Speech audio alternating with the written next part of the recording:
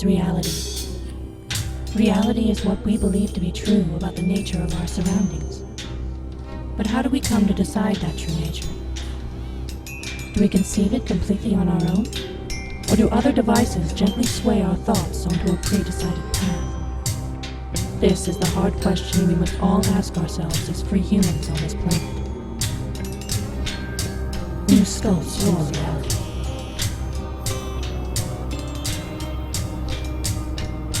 Reality.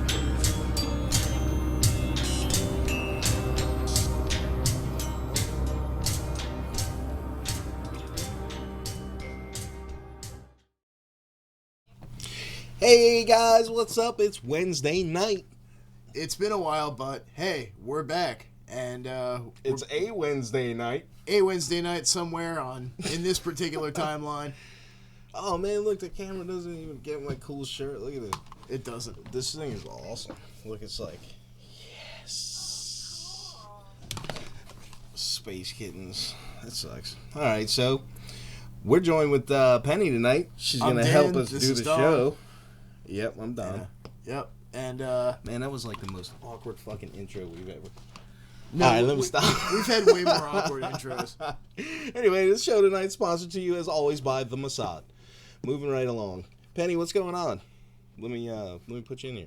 Oh, and so everybody can see also, you. Oh, look at that. This episode's also sponsored by Dr. Paul Stamets, fungi.org. Check him out. Yeah. Fungi.org. And in case you didn't know, you're watching Reality Brief. Little Space Jesus action for you. So, Mr. Good in the news again. Continuing on with the saga of what can I just do that just make things even more And fucked in, up case, for myself. in case you're one of our new viewers, the Mr. Good we're talking about is none other than Corey Good from Guy.tv. Or formerly of Formerly of Blue Chicken fame. So, what is going on with this Doxgate shit? Man, I was kind of watching from the sidelines for a little bit. So I'm a little late to the party. All right, I've done a little bit of research on this, but just briefly, give me an overview. What exactly is going on here? Briefly overview. A couple of months ago, the guys from the cult decided that they were going to dox some people. Now, if you don't know what dox is, it's where you can go and you take all of a person's personal information, like where they live, their phone number, where they work, who their family members are. Sometimes they even do a floor plan of the house. This is a thing that anonymous and hackers do. But a group from Corey Good's people, and I put it that way because he was not in the chat room, so we cannot say he did it, although he was given credit in the group. So, we need to be a little bit careful about details here. But people from this group who were affiliated with Corey Good decided to dox some people. They doxed CW Chantry. Uh-oh. Hold on, Penny, hold on a second. We got a technical problem here for some reason. Fishman says he can't hear you at all. All right. Oh, crap. You forgot to Wishman! No, Wishman, what are you doing, man? You're supposed to press the buttons to let the audio through, Wishman. Jesus, man. You know, you're fired again. You're fired, dude. Penny, welcome to the show. Hi. Is this a do-over? Yes, It we is a get do-over. a total mulligan. Oh, my God. Because due to unforeseen technical difficulties and perhaps sabotage by, Wishman, the button couldn't get any redder, Wishman. I see you back there. Just so y'all know, Wishman's not in the house tonight. That's why it's Wishman and not Fishman. If it was Fishman, he'd actually be here. But, All right. it's just Sorry. us. So anyway, we were talking about doxing and what exactly is doxing. And for some of our newer listeners, explain which cult in particular we're talking about? Because we may have some people in the audience tonight who are. Well, we need to give out some backstory so some people who don't know, aren't in the loop, can get brought in. So that's what I'm here for, is backstory. Okay, awesome. I know my rules. Backstory. Okay. Definitions here. Doxing is something that anonymous and hackers have been notorious for, so notorious that the Congress made it illegal. So what they do is they take all the personal information that you have that they can find, and they're damn good at finding it, and they put it together in something usually on Pastebin. And that makes your personal information, your address, your phone number, sometimes a photo of you, sometimes the layout of your house, where you work, how to contact your work, who your immediate supervisor is, and all of your family members. This is what doxing is, and it makes your personal information publicly available all in one place for anybody who is mentally ill to come attack you. So, to get to the heart of the matter, there's been some Facebook posts and some other, I think, email correspondences, leaked screenshots that indicate there's a possibility that Corey Goode may have been directing these people to attack these people. What was it? Dark journalist, Joe from the Carolinas. It was a whole list of people. C.W. Chanter and his father, who is a cancer patient and 85 years old. And C.W. Chanter is a lawyer. See, what kind of light worker goes out and fucks with an old man? All right, exactly. So, well, here's the thing. Like Penny was saying before when you couldn't hear her, there's nothing directly linking Corey Goode. So, like, this is people copying and pasting from an alleged email correspondence that they had with Corey Goode and, you know, getting all this direction. And he's approving memes, which you'll see they were using to try and attack people to discredit him and then get the Q people all whipped up in a frenzy. So Project Avalon has a really good breakdown of this, you know, as usual. There's a ton of screenshots. I'm bringing some up here right now. This one's from the Facebook page. So they're basically the dark journalist and the Joe from the Carolinas were basically shit talking a guy, I guess is no other way to say it, kind of like we do. And so he got upset. We were worse than you guys do. You guys just laugh at them. These guys were talking about legal action and calling it fraud. Mm-hmm. So an interesting you thing guys is just make fun of him. Right? I mean, it's legal to make fun of people. Yep. It's not legal to dox them. Yeah, thank God for satire and parody laws. Like that. Exactly. Those are truly the kinds of speech that are worth protecting. Because if it can be destroyed by laughter, then it should be. Now, what we've got going here is Corey Goode was not a member of the chat room that all of these things were shared from. So we don't know if he actually said do this or not. Jordan Sather is not a member of that chat room either, but he followed through with the actions that they recommended. So that means these people are in contact with him. So, you know, one thing that's pretty crazy I want to point out here is, you know, Richard Dolan's been pretty outspoken against Corey Goode too, and they're over here trying to tie Richard Dolan to Saudi human trafficking. So remind folks, Q no like he Saudi pedos. Q followers know this, like, you know, taking advantage once again of the people who are into the Q stuff. mm-hmm. Well, once you're in a cult, you're in a cult. So, and it was funny because they started making memes and passing them around, like trying to associate Richard Dolan with Saudi trafficking, like with no substance behind it at all, just like total attack on him. Well, if you take a look at what Q does, it's all personal attacks on people by their initials. So you have to do all this research to figure out who the initials are, and then there's slander because it's accusations with absolutely no evidence whatsoever.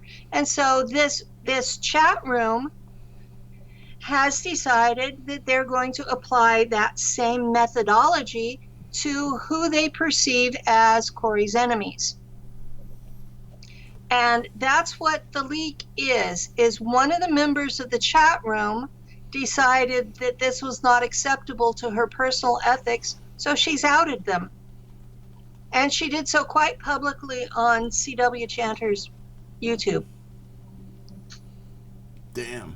So this is a crime. Like, this is genuine criminal activity. Mm-hmm. Yeah, but see, you'll never be able to prove that Corey Good was in on it because he's not, unless they can, snag subpoena his own communications and find it there.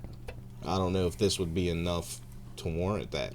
It would seem so to me, because it seems pretty cut and dry to me, but obviously there's no proof. So allegedly Corey Good is directing these people to attack various people for his own personal gain. All right, so he's changing up the game a little. We've been suspecting he's been doing this all along because we have mutual friends who were getting private messages saying something along the lines of this, only it was him himself passing the word about that person. So the people in my secret group on Facebook have been getting hassled by mutuals sending them copies of emails that were sent by Corey Good. And this has been going on for 2.5 years. So we have known, the non-popular whistleblowers have known for 2.5 years that this was going on because we were the victims of it. And so to see it finally come public that yes, the man is doing this feels like a vindication to me. I'm doing this little happy party because yes, finally proof we were right. Now, that being said, I would really, really, really like for the man to get his shit together. All right, so here's another interesting tidbit here. This person is saying, here is the intel I received from Corey Good while I was gone. Right? So, and this would be allegedly a copy post from some type of Skype or something like that. It's got the date code and everything in it. And this is 10/21/18, so this is around the trademark scandal shit. People should post that the first person to use the secret space program is no longer living, and that his research is incorrect. And then this link goes to William Cooper. Like, fucking really? Hey, so, and you can't go dissing Bill Cooper. He's my hero. I'm not dissing Bill Cooper at all. What I'm saying is he's saying that the first person to use secret space program is no longer alive, William Cooper, and that his research is incorrect. So Corey Good is saying, allegedly, from this screenshot here, that his research is incorrect. So he, therefore, secret space program is only what James Corey Good says the secret space program is. Not what Jim Mars has to say about it. Yeah, so, which goes back to one of my original beefs with this guy is that he acts like he, and only he, has the answers to everything. And if anybody says anything, that it doesn't even have to contradict him. They're lying, or they're attention whores, or this, that, and the other thing. How dare you be abducted too? This is just more evidence of that. Trying to, Yeah, the whole point of this originally was to get people who've been through this kind of awful thing to, to have other people to talk to have a support network and help people heal. And fucking, that's not what Corey Good's about at all. Well, the worst part that we in the group have complained about is that, okay, almost all of us watched his first season on Gaia. And at that point, he was pretty much telling the truth. And he kept saying, "Oh yeah, I want people to come forward and support me." That his alliance people had said there would be other people. And then when we started coming out and expected that he would welcome us, instead he just knifed everybody in the back. And that's been the way he's behaved ever since. Here's the part where they were trying to frame everybody up for being dark arts practitioners. Oh man, so this is allegedly from Corey. It says from Corey Good, top secret. Doing a meme with the theme of collusion, like in the news, except this would be your girl or a Gaia colluding with the CW chanter and others. Jay Widener and Johnny Wood are reportedly lovers and best friends. If you dig, you can find social media where Johnny Woods is talking good about Satanism. Believe it or not, the whole thing to be tied into a witches coven meme, even with Jay Widener, Johnny Wood, and Jerka and Dark Journalist all being practitioners. It's fucking crazy, man. Johnny is still on my friends list and in our groups. We can fill those in about Johnny that don't know who he is. He works for Gaia and was our main contact. Right? It was. So hang He on. was your main contact at Gaia. Oh my god, dude. There's a pro tip in there though. If Nothing you read like between the burning it. lines, if you're gonna start a sex cult, just be very public about it, and that way nobody can use it to blackmail you. Well, it's like this. It's not illegal to be gay in the United States, as far as I know. It's what? Somewhere between 5 No, and no. 10% of the population is gay. They're And how is that illegal? I'm not sure that's what they were implying there. I think what they were saying is that he's his gay lover, so we can go look at his Facebook post and say that he's into Satanism and then pin it on everyone else. I don't think they were like taking Guilt issue by with the fact that association. he was gay or anything. They were just saying, Well, if you look at the Q stuff, they act like gay is criminal.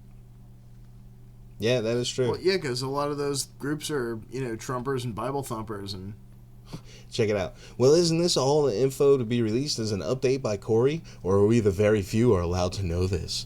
Don't share. Who is this Joy? Jesus, man. Joy was on this chat room is the business room for his movie Above Majestic. These are the people who were doing the business end of his movie. I see. And Joy was running some of the publicity stuff. Here's one of the memes. Oh, man, these guys are worse at making memes than the Libbies are, man. I don't always complain about trademarks, but when I do, I completely ignore the fact that I have several of my own. Yeah, for intellectual property, Corey Good. You're trademarking something because you own it and you created it. You made it up. So what are you saying? Exactly. By doing that.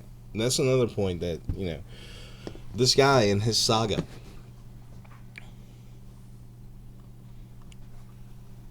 Yeah, here we go. Corporate control disclosure. Gaia and Dark Alliance collusion. We got Richard Dolan, Emery Smith.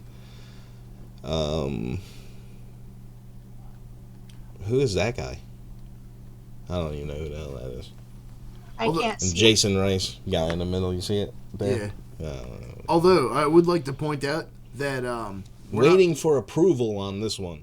here at Reality Brief, we're not part of the Dark Alliance. We're part of the Dank Alliance, which is a completely different thing. No, we're not a dark alliance. We're just calling him on his bullshit. I know, we're a dank alliance. It's just dope. Yeah, I mean, I know I read through this whole thing earlier, and I know I'm trying to remember there was another couple other just like, what the fuck?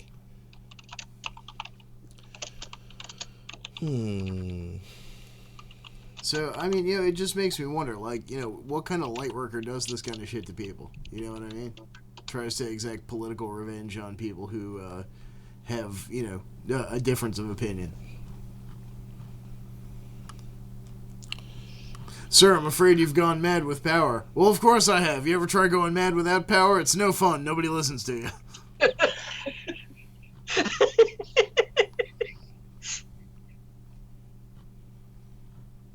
And who is this Jordan Sather guy? Jordan Sather is he does a show and he works with Corey Good. He did that movie that everybody was passing around. Jordan Sather was a known person on YouTube who did conservative alternative news, and he was doing not 101 but more like 201, and Corey Good picked him up to be part of the group that helped kept him relevant to young adults. So he was being used, but he was getting a paycheck out of it. So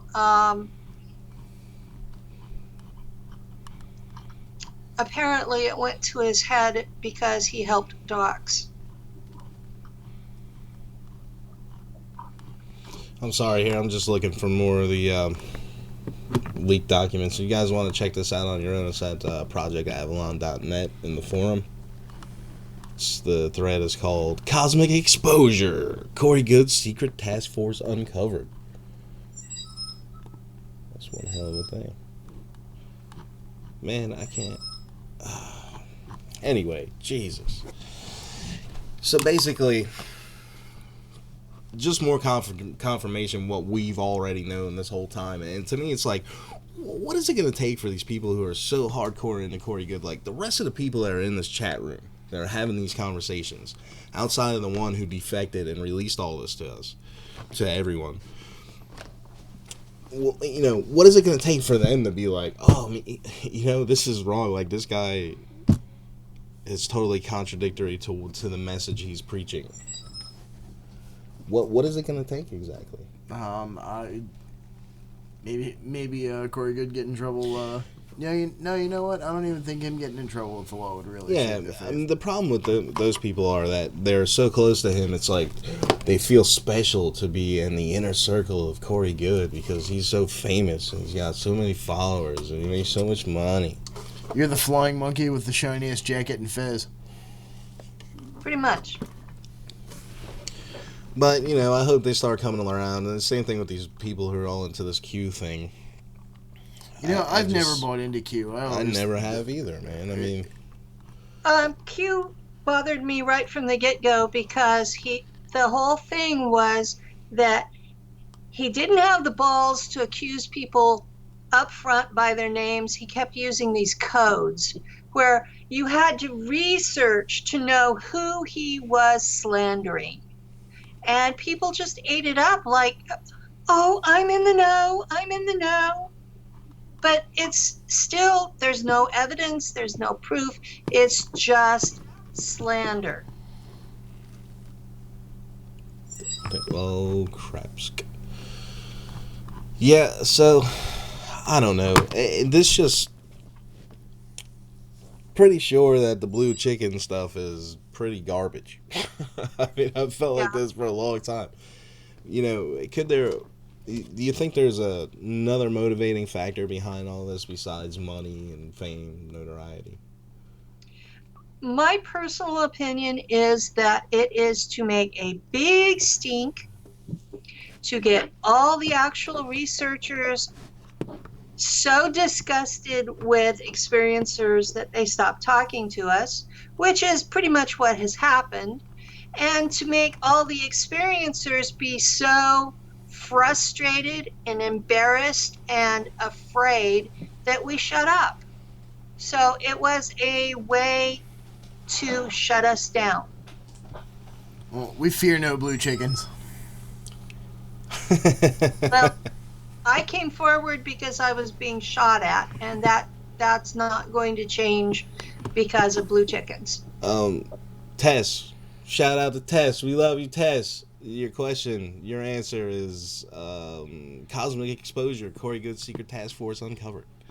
The memes, they're in there somewhere. Sorry, Penny. It's okay. Trying to go through the chat, see if there's any questions or anything like that going on in there. All right. You know what? The question about Jordan being kicked out of the SSP group has been discussed by the admins, and we do think he was the rat that you discussed, but we haven't caught him at it. And he has not been participating in the group. And in our group, it takes the agreement of 2 admins to kick him out, and we haven't got that yet. Well, Bog. I watched a couple of Jordan's videos, and it didn't really, he wasn't my favorite show to watch, so I didn't really watch any more other than that. But so, I mean, what's your read on this guy? What do you think about him? You think he just got caught up in this? You think he's scheming too, just as hard? I knew him before he worked for Corey, and I really liked him then. And when I was at Contact in the Desert, he was the only one of the presenter big name people who actually recognized me and treated me like I was human. So it was like, okay. He did tell me that my problem was that I fly too close to the sun, which I told him that could be said about him too. But he flies too close to a bum. Yeah. But I think once he did the doxing that he crossed the line. I said at the time that it was a dick move, and I still mean it. And I understand from CW Chanter's videos that there will be legal charges pressed now that they have all of this as evidence. So, well, I wonder if Corey Good's computers and stuff are going to get subpoenaed. I don't know. It would be a smart thing because there are legal charges now. Hey, he's probably already destroyed everything. I've also heard allegedly rumors that I think it's Warner Brothers, whoever it is that owns the copyright on Guardians of the Galaxy. Oh yeah, Marvel. Marvel has gone after him for violating their trademarks. He supposedly came to a settlement with them then, or was close to. Well, that's what he says. Yeah. Well, you know, it's just more confirmation for me. You guys out there, I mean, just think for yourself. That's all I'm saying. And I hate to see anybody get caught up in a cult because it's just crazy. So stay away from the cults. Unless it's our cult. Yeah. Our cult. Well, Reality Brief cult is like this. It's like this. We brainwash you, right? You know what we brainwash you with? There is no authority but yourself. So this way, you can't. We're the anti-cult cult. Yeah. You know what I mean? Like, we just encourage you to think for yourselves and live and make yourself happy. Now, the Church of Bacchus, they could have some brainwashing, but it's just going to be with lots and lots of booze. So it's more like belly washing. Well, before we move on to the rest of the stuff we have prepared there, Phantom Spy, what everybody's kind of going apeshit. Do you think this is going to end up like discrediting everyone coming forward with secret space program stories, experiences, what have you? I think that was the intention. Yeah. And I've been seeing a lot of people contact me, and about 2/3 of them actually have real type memories. They're reality based. They're not off in La La Land. And I'm listening to them, and they're like, I don't want to go public with this. I'm watching what's happening to people. And I'm telling them, don't go public unless you are so driven that you have to, that it just comes pouring out your mouth. Because unless you have to, there are too many consequences. You get shot at, you get discredited, you can't find a job. There are some countries where you lose your kids. You usually end up divorced. I'm lucky that Lou believed me. Otherwise, I would be homeless because I don't have enough income by myself. And I know people in the group that have lost their kids, that have been divorced, that are homeless because they talked about it to family. And if you get that just talking about it to family, what's going to happen? I mean, how many of our people have completely gone offline because of death threats after they came forward? I mean, Seen really, it happen. Seen it happen. we've got, I think, 4 people that I know that have just flat disappeared off the face of the earth because they're scared shitless after getting death threats. We just had a former member of our SSP group go to jail for harassing and stalking people. He's waiting trial with a $2 million bail. And no, I'm not going to name him. I don't want to get involved in that. But there are people in this community that if you dox somebody, they're going to take that information and make that person's life a living hell. Mm-hmm. Look, you gotta think about the cult mindset here. I mean, these people are willing to. I mean, it's space Jesus. I mean, there's no other way to describe it. I mean, his hardcore followers act like he's some type of savior. And Exactly. And they'll say no, but you know what you say and how you act is 2 different things. So I could see one of these people get a little mental unstable, been on the chemicals, pharmaceuticals and whatnot. Next thing you know, shooting up your house or kidnapping your children or whatever the case may be. That's a very strong possibility of mine.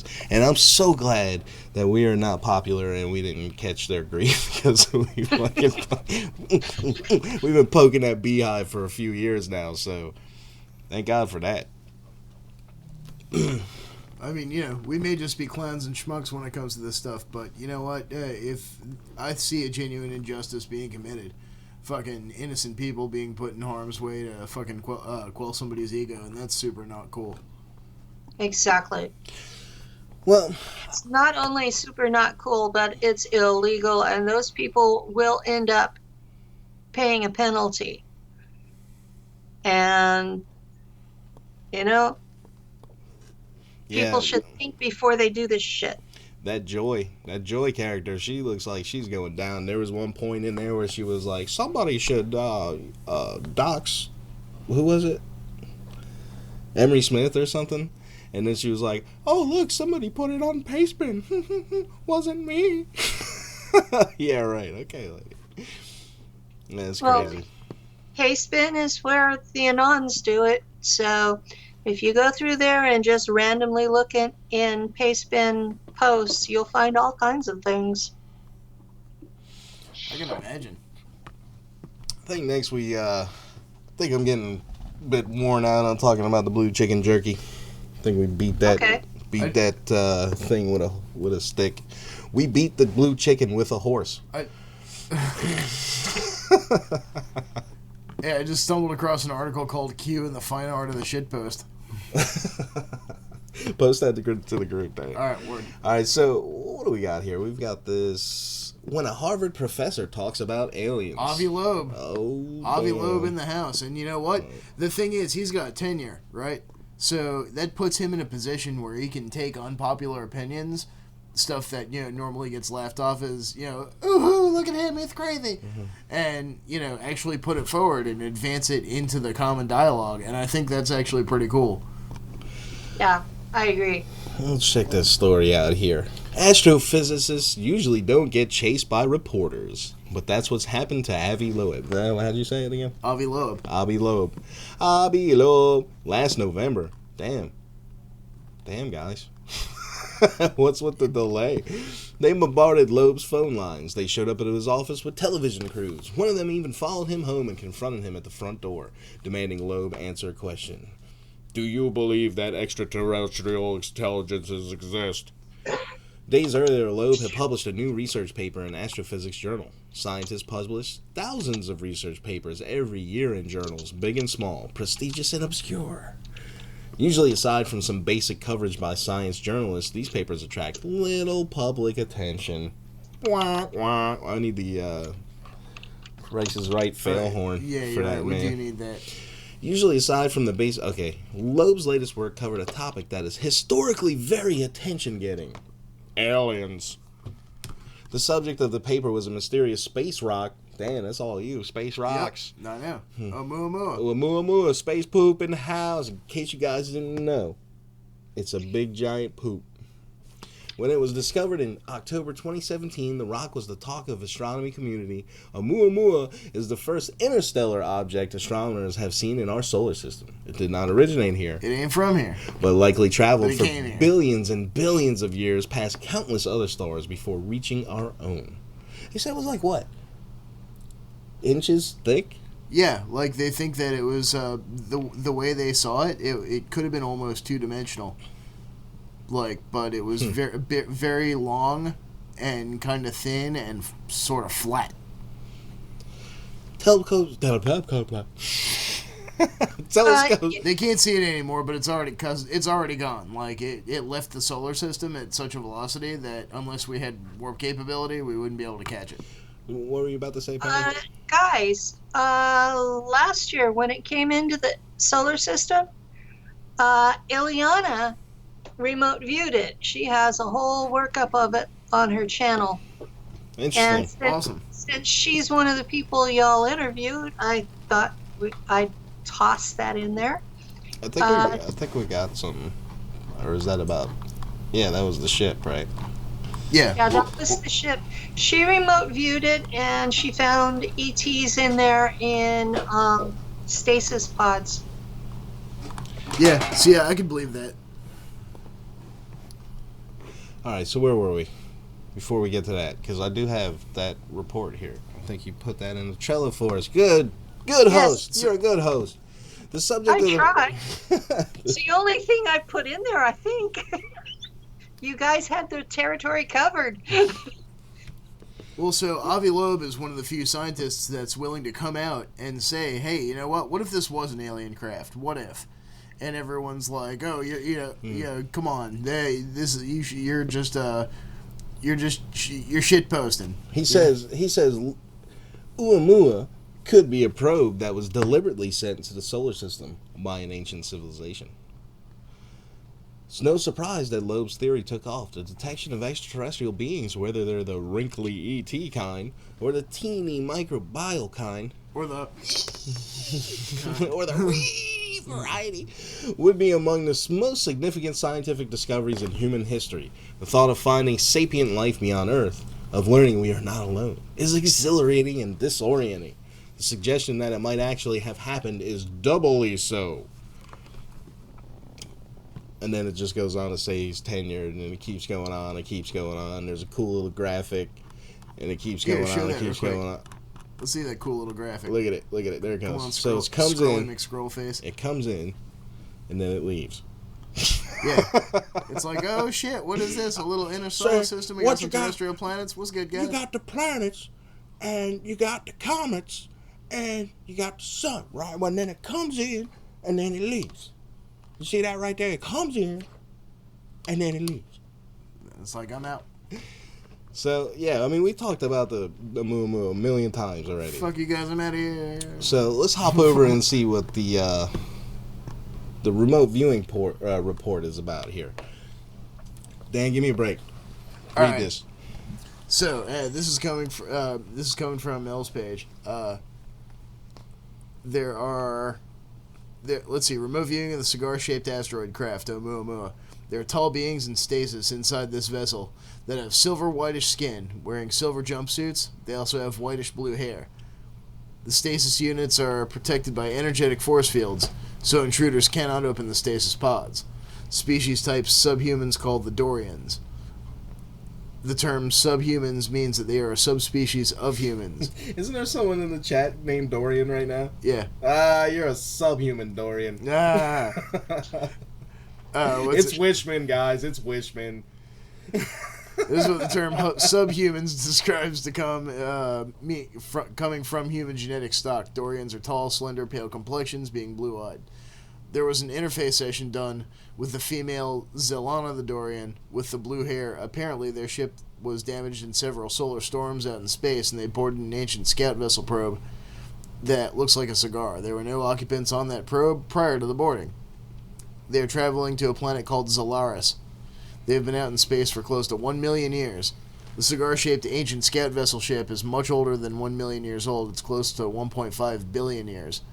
Their original planet, Zeldica, was becoming too populated with people, so they are branching out to other colonies on other planets. It'll take another half-century for the Dorians to reach Zalaris while they are in stasis. Oh, shit, so they're almost there. Cool. So is Zeldica where Hyrule is? Come on now. Note, there are SSP exploration units that boarded Oumuamua, but they cannot open the stasis pods, as they are protected by electrical fields, so the pods cannot be opened without proper DNA coding sequences entered into the energy fields. Remote viewing session done by Ileana Star Traveler, originally published in SSP Group. She has the timestamp on it too, because 2 weeks later, Corey Good stole it. Mm-hmm. Claimed it as his own. And that's how he do. Yep. And then he turned around and said, never mind, I'm not even going to go there. Let's just He was very Chicken rude. Commander alone. He was very rude. That's a good He was. He was a rude man. Highly He's a bad man. He was You know, very, very uncivil. You know what I gotta say? To him? What? You like that, Corey? Good.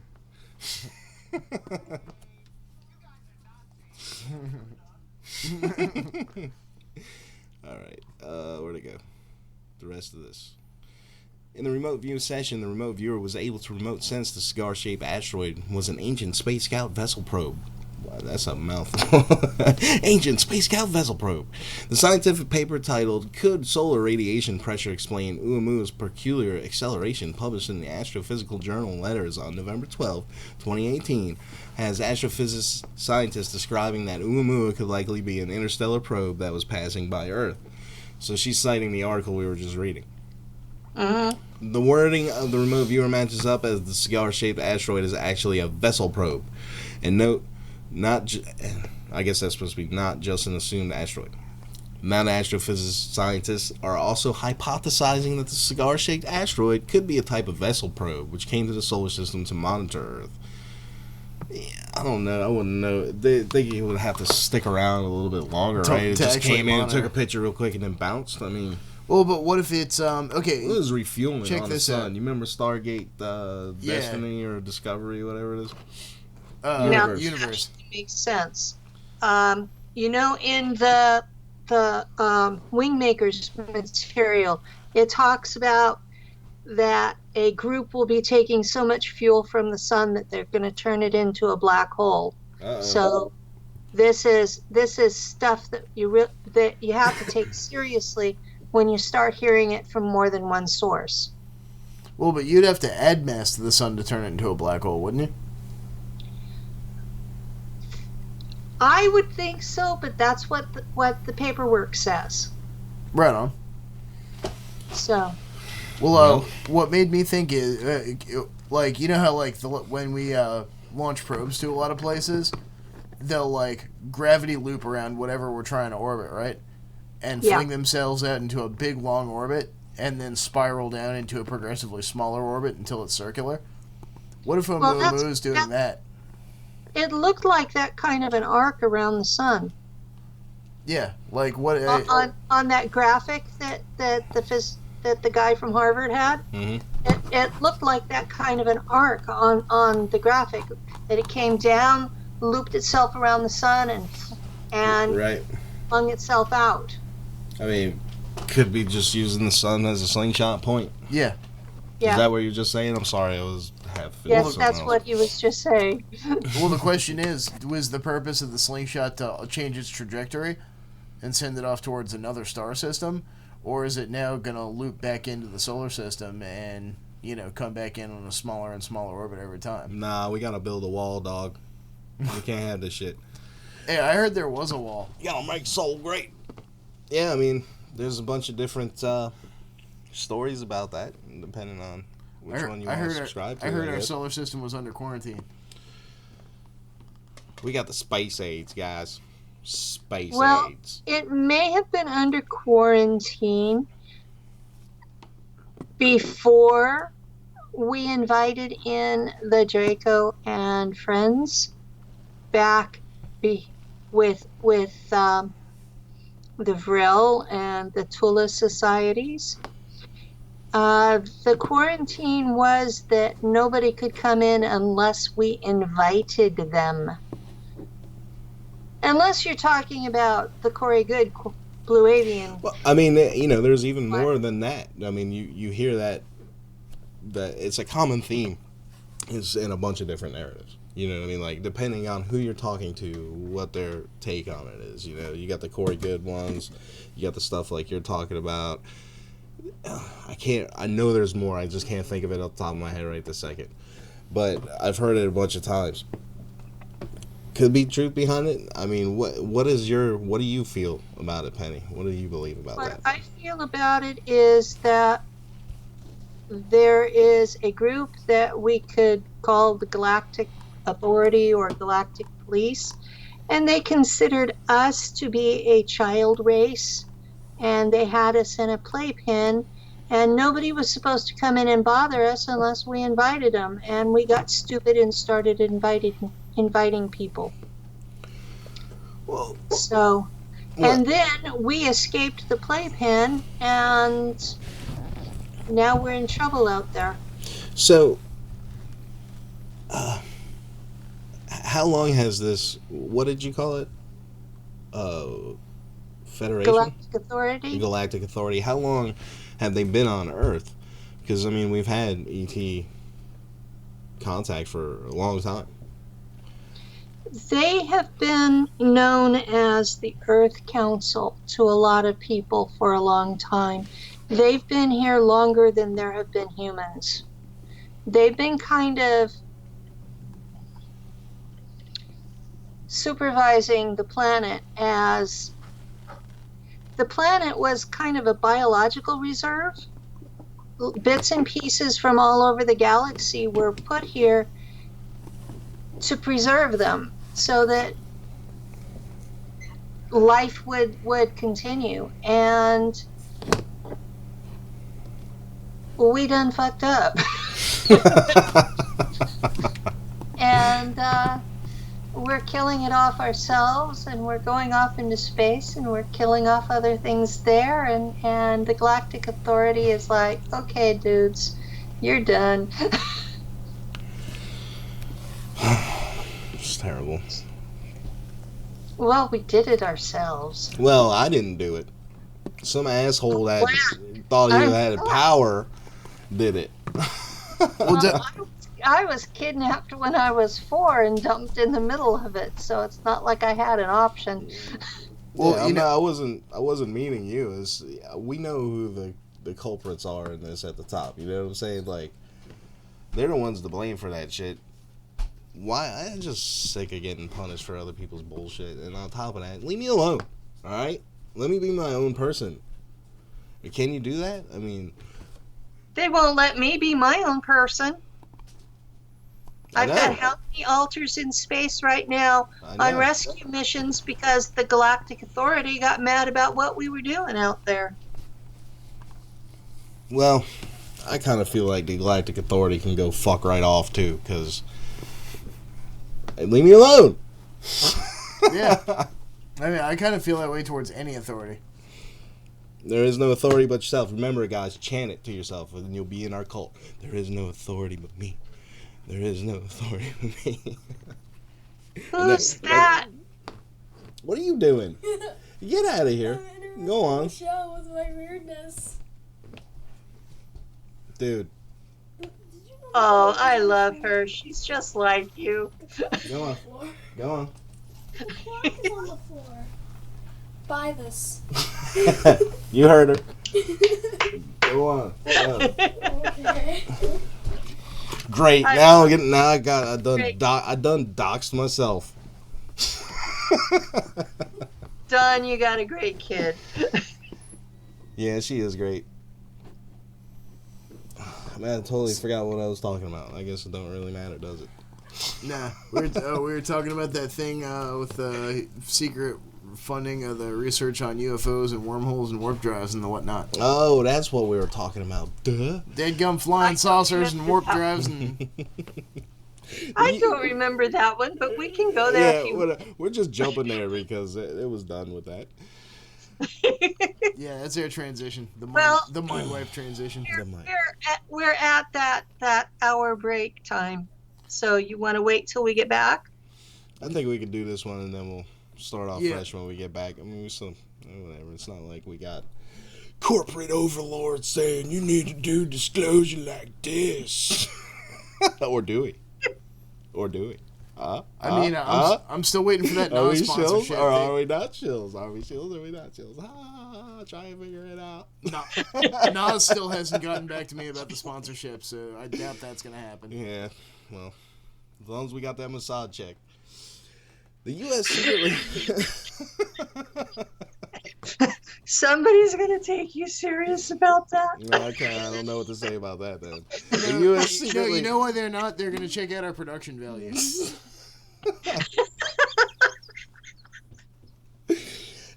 The U.S. secretly funded research on UFOs, wormholes, and warp drives. Documents show that the military has investigated a lot of fringe science. Secretly Fringy. funded research. We already knew that the U.S. Department of Defense has secretly funded research on UFOs. Thanks to 2017 report. Oh, here we go. Thanks to the New York Here we Times go. and the Washington Here we Post, go. where would we be without you guys? Now, new documents released by Defense Intelligence Agency reveal that the program also studied a laundry list of topics that sound like plot devices from the X-Files, including UFOs, warp drives, extra dimensions, transversal wormholes. Wormhole Extreme! Now, what about, what's his name? Your Who? buddy with the patents. John Quincy St. John Clair. Quincy St. Clair Yes. had a boy. patent for transversal wormholes, dude, and then Yep. he disappeared. Yes, you did. Yep. And then he disappeared. And he was also getting, what was it, a $10 million payout from the government? His $4 company, million every year. $4 million. For like 10 years. along with about 100 other shell companies. I'm surprised if anything was going to get us in trouble, like that didn't. That didn't get us in trouble. Because we discovered that. Transversable wormholes will get a lot of people in trouble. No, I'm talking about exposing all these shell companies involved with all this advanced technology getting the same $4 million payment on the same date without being even labeled what it was for in some budget shit we were going through. I missed that one. Yeah, it was a long time ago. It might even been before I was really talking to you. Dark I'm money. gonna have to hunt through and find that. Dark money. The newly released documents come to Stephen Aftergood, the director of an organization called the Federation of American Scientists Projects on Government Secrecy. Another mouthful, man. What is it? He obtained the files via Freedom of Information Act request. I think anyone who looks at these titles will scratch their head and wonder what on earth the Defense Intelligence Agency was thinking. They were thinking they want to jump through some wormholes, man. Yeah, they were like, come on, Stargate program, let's go. Aftergood told technology If site you remember Motherboard. in Stargate SG-1, who was always fucking with the SG-1 teams? It was the goddamn DIA. Yeah. Here's one for you. Some of the projects described in the document cache contain almost no details, but mainstream research projects corroborate others. So yeah, I guess they Oh, go back. should Hang get- on. You stepped over something big. A German scientist whose work on theoretical cloaking technologies was cited by the journal Nature led a project on invisibility cloaking. Motherboard pointed out. Oh, that's right. Richard Obuzi, a theoretical physicist whom Futurism has reported on previously, headed a project on warp drives and the manipulation of extra dimensions. We talked about But, that guy yeah. a couple of weeks ago. Yeah. right? Or the last time we were But the on. full scope, Scrolly McScrollenfeinstein, fucking. But the full scope, the full scope of the fucking Defense Department's research into fringe technologies won't be clear until more documentation becomes publicly available, which they want you to read about at Futurism. Scrolly McFeinstein. Yeah, And you should do that because futurism.com is actually a pretty cool site. Yeah, It is. and before we cut to the break, I wanted to hit up this thing on the Daily Galaxy about the Andromeda signal from no known particle or atom. That doesn't even. No, don't do that again. Why not? I don't know because it was funny to say that. Yeah, I know, right? Go ahead. So they're saying there's something that we just don't understand about the internal structure of how the universe works.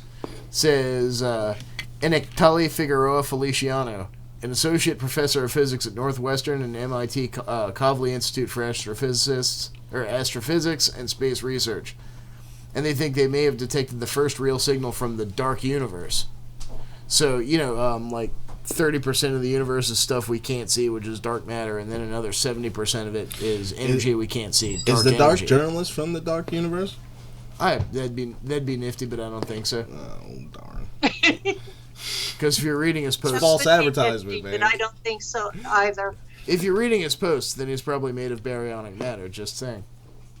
So, while studying data collected by the European Space Agency's XMM Newton spacecraft this past September 2018, a team of researchers observed an odd spike in X-ray emissions that corresponds to no known particle or atom, and thus may be produced by dark matter coming from two different celestial objects: the Andromeda Galaxy, which is on its way, it's coming right towards us, and a swirling metropolis. It's a swirling metropolis of about 1 trillion stars, black holes, and globular clusters, and the Perseus Galaxy cluster.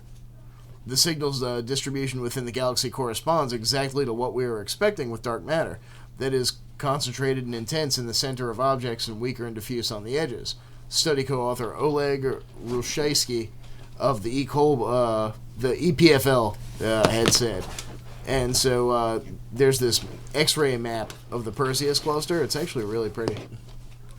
Shoot out that, what is that, dailygalaxy.com. Yeah, so they're talking about how this is actually leading to them having new theories on dark matter and maybe getting a little closer to figuring out what in the hell it actually is. If it actually exists. Could be tetraons, it could be axions, it could be polarons, it could be all kinds of things. Tetraons are pretty, though. Yeah. All right, so we're going to hit the break. When we get back, I'm going to go ahead and open up the phone lines. We'll see how that goes. We had somebody try to call in like 3 minutes as soon as we started. So we'll see if they want to call back. I think she was just calling to let us know that we're having Oh, audio no sound? trouble. Yeah. You got no sound. All right, so when we get back, what else do we got on the other side there? Oh, man, we got all kinds of stuff. We have the Ruski Dusky department. We got the Splice of Life department. We got Fedor and Friends. We got the What's That Antimatter with Yous department. The Space Rock Opera. And how come the Space Rock Opera department is so large, Dan? Because there's a lot of stuff on Space Rocks. Okay, let's gloss over that. We got, let's see, Passing Interstellar Gas Department. Dan did a lot of research. He really did. Yeah, but this was over the course of like 2 months, though. Yeah, we've had like a month worth of articles piling up. We got the Pizzagate Heartburn Take a Nexium Department. Oh, ooh. There's always that. We can talk about Savage, man, savage. we can talk about what adrenochrome does to a guy like Anthony Hopkins. Well, Ew. we got all that, and shall I dare it, say it, more? Maybe more. We'll see you guys in just a little.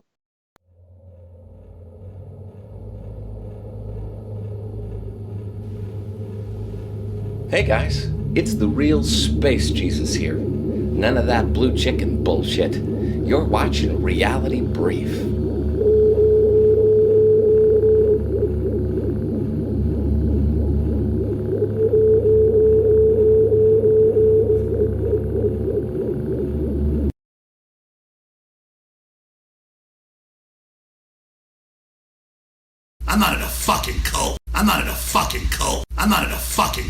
I'm not in a fucking cult. I'm not in a fucking cult. I'm not in a fucking cult. I'm not in a fucking cult. I'm not in a fucking cult. I'm not in a fucking cult.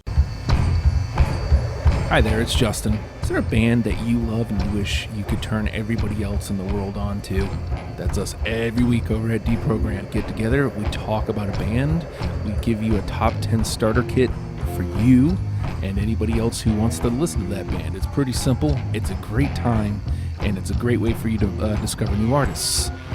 You can find it on iTunes, Spotify, Stitcher, wherever you can download your fine podcasts. That's Deprogram, learning and loving people.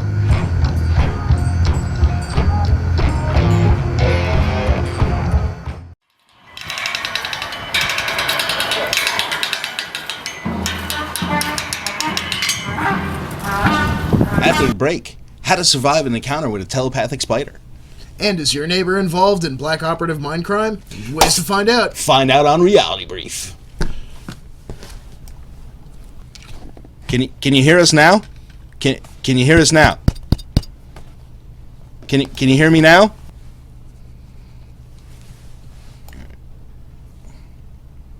I disagree. Well, that's why you're wrong. So wait, we just accidentally streamed that? Mm-hmm. So the entire world saw that? Mm-hmm. Can you hear me now? Hello? What? Transporter room. I need you to need a site-to-site transport directly onto the toilet. We've only got 10 minutes for this break.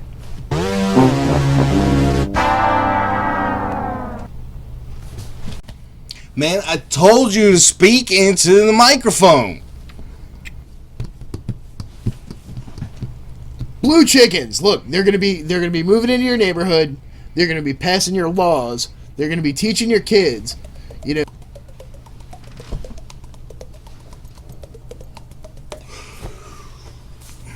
God, I'm so fucking hungry, man. I haven't eaten dinner yet. My ass. Okay. Hello? I don't know if it's working, Dan. It probably isn't. Shit, man.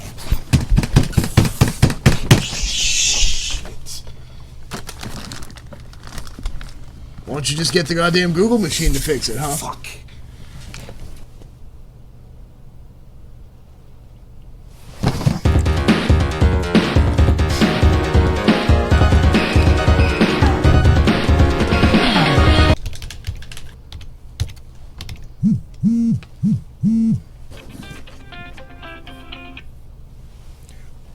Hello? Whoa. What do you mean it's on fire? What?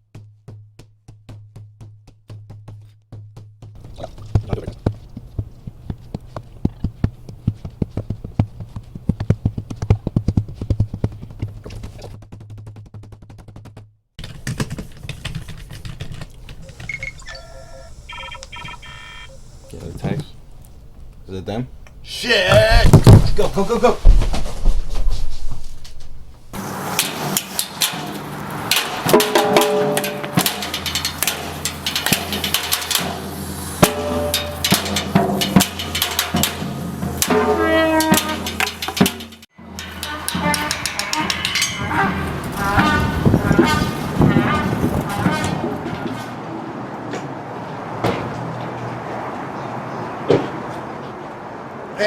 Hey, buddy.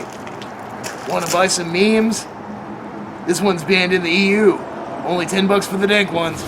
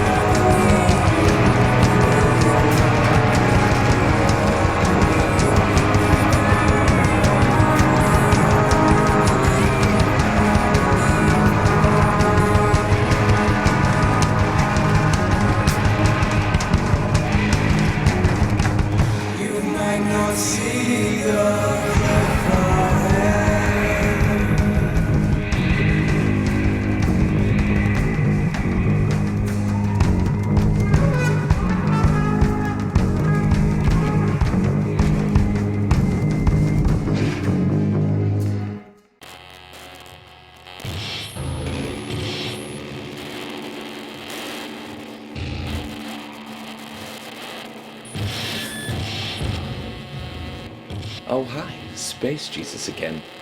If you're looking for a little redemption, hop on over to patreon.com/realitybrief or redbubble.com/people/realitybrief and think about giving a little something to that cause. Why donate to the pot in church when you can donate to some pot instead?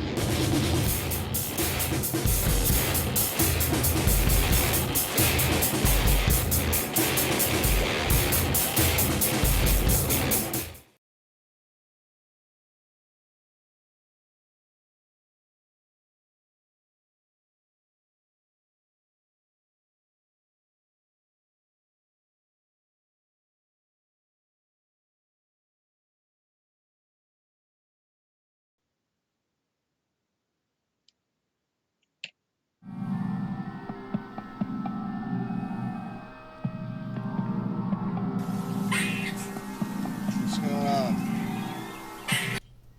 I don't think it's playing it. What's playing? It's not playing it. What? Okay, that was a big fail on the bumper music, guys. Sorry about that. Ooh, yeah, rowdy, baby, rowdy. Welcome back to the second hour of Reality Brief. We're joined once again by co-host Penny Bradley. Penny, hey, good to be back. Yep. Oh, I said I was going to open the phone line, so I guess I should probably do that. So, boing, there you go. Call in now, 757-528-8130. We can talk about space poops. We can talk about, what else were we talking about? Corey Good, if you want to weigh in on the doxing, whatever that. I'm trying to figure out why the samples ain't working. Just bear with me here for a second. So in the meantime, I guess we could go through some of the headlines that I've spent all this time amassing, and in no particular order. Do it. Let's see. This is coming from... No, the flying saucer men are the flying... No. All right, be quiet for 1 second. No, the flying... Okay, it's working. Awesome. Yay. Sorry. So, from the Space Rock Opera Department, scientists want to build a space station inside an asteroid. Oh, space rocks. Yep. So, you've seen it in sci-fi. We're getting a caller here. All right, remember what I said to do, right, Benny? Oh, doxing. Caller, you're live on the air with Reality Brief. Hey, Wishman? yeah, Wishman, is that you? What are you doing, Wishman? Why ain't you here, Wishman? Hello? Hello? Hello? Sir, are you there? He hung up. No, Skype crashed. Hey, all right. Hey, cheers for Skype. Funny how it worked through a 5-person call for that round table, Yeah. but then just now it It decided just to take a craps shit. out because Wishman called in.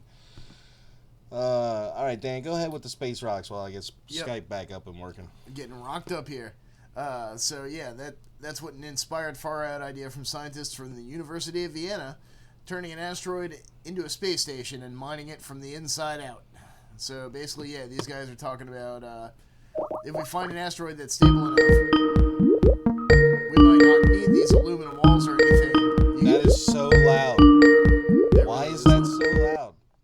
Because it's loud. Penny, you there?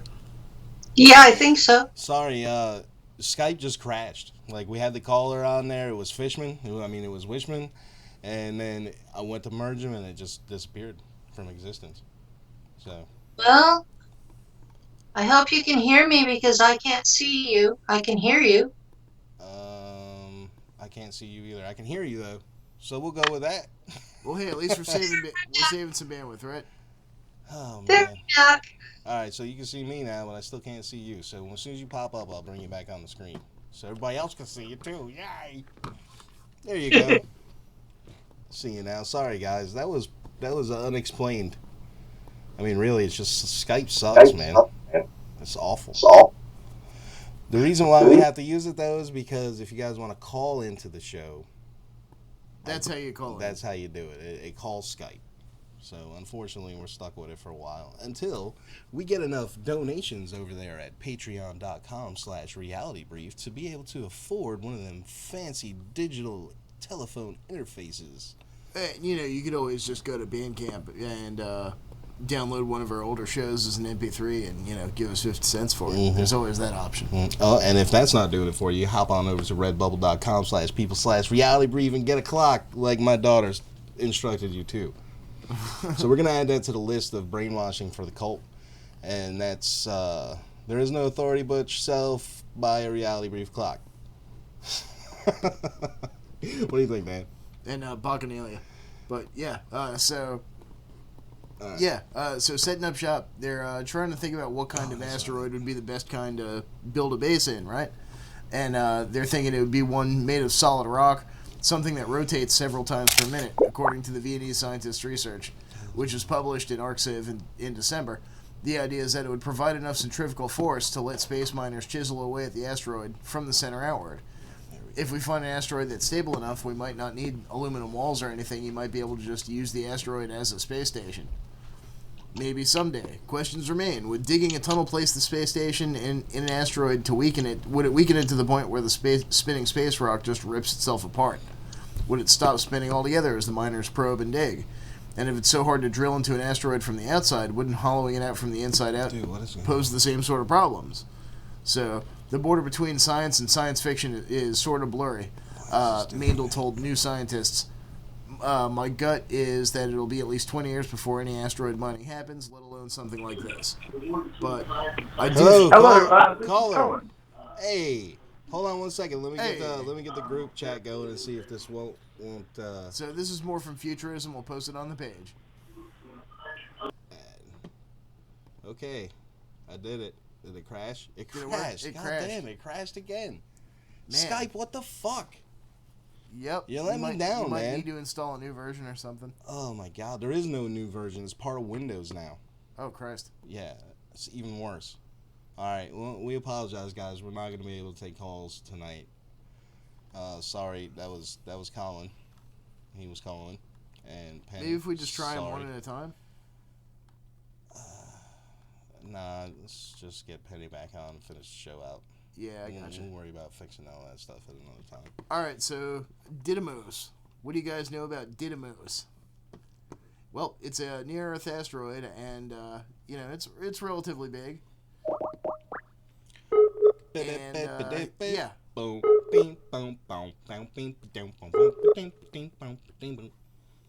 So if a big asteroid like Didymos.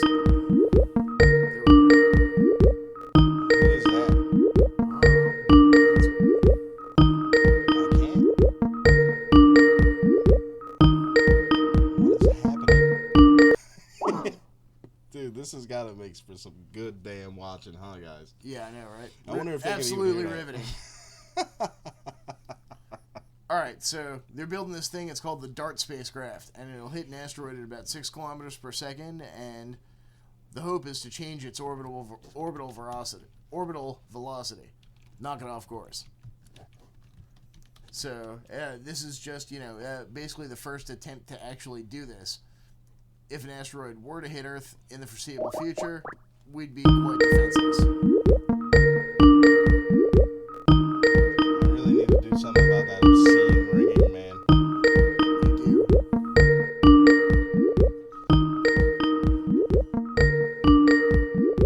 The person whom you're trying unavailable.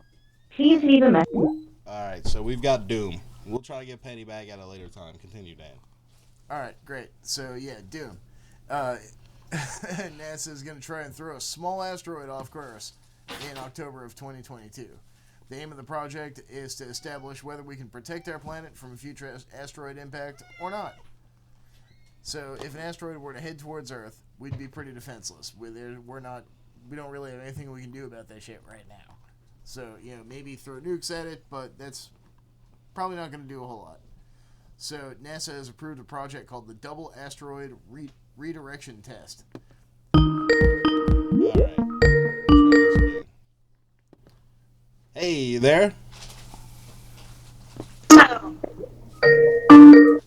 you hear me? Yeah, we got we you. hear you. Hey, Okay.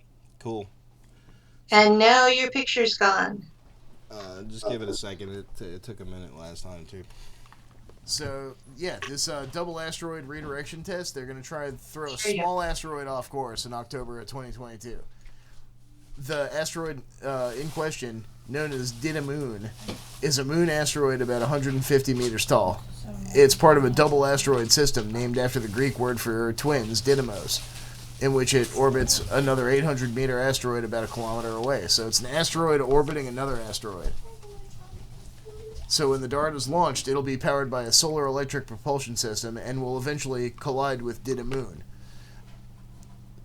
The spacecraft will be accompanied by an ESA spacecraft called Hera, which will be responsible for collating data about the asteroid. However, according to space, it won't be on site during the impact. It'll be present afterwards. Didymoon? Yeah, there's Much soon? There's Didymos and Didymoon. So Didymos is the big one, and then Didymoon is the little one orbiting. Oh my god, there's rocks in them socks. Yeah, there's rocks going around rocks. Little rocks and big rocks flying around together. Rocks where there shouldn't be rocks. According to the ESA, when Hera launches, it'll be accompanied by 2 small CubeSats. These nanosatellites are no larger than a cereal box. That'll record additional data such as gravitational field and internal structure of the asteroid. The 2 satellites will be released around the asteroids and will land on the 2 space rocks.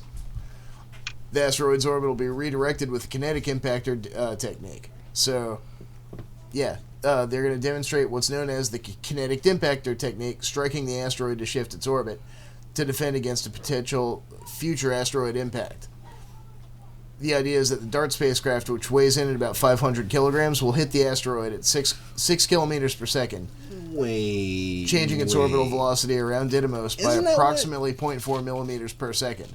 This may sound like a negligible figure, but the reorientation will be substantial enough to be measured from Earth with telescopes. Oh, great. Isn't that DART spacecraft what the Blue Chicken Commander was calling the thing that the Air Force guy was picking him up in? Weren't they the things that the Wraith used in Stargate Atlantis? They were.